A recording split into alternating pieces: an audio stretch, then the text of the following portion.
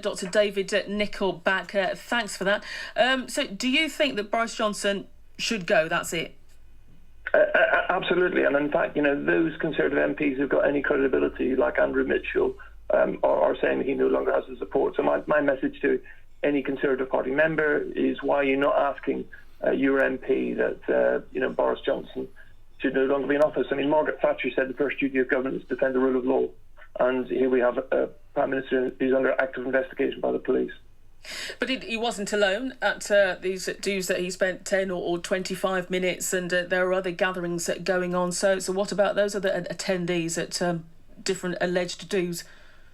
Well, I think some of the defences that we're seeing from Boris's acolytes have been just shocking. And also I'm just to quote some of the words from the report. Some staff wanted to raise concerns about behaviours they witnessed at work, but at times felt unable to do so.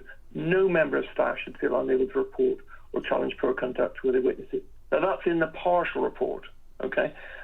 Is that really the kind of office that we want in then Downing Street, the kind of government that we run, basically?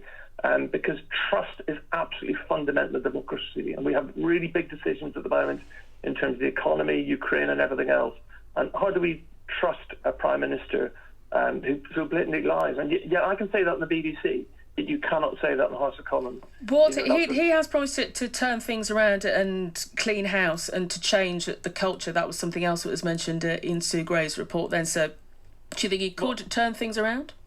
This man isn't capable of this. His career has been like this from the beginning. If you look at his ex-wives, his former employers, even when he was Foreign Secretary, Theresa May asked the security services to limit some of his access because they knew he was,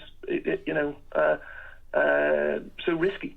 Okay, and we can't afford to have a Prime Minister dealing with the pandemic. And when you look at some of the acolytes yesterday, like Nadine Dorris, minister saying we've won the war on COVID in this country, when in the last week, 1,837 people died of COVID.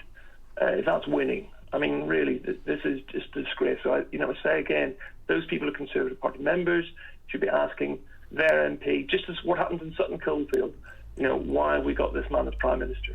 Well, there are people who would say, well, actually, he has done his best with the country through COVID, getting Brexit done, which he promised to do. As a listener here, Eileen says, who out of all the other parties could have done any better? No one.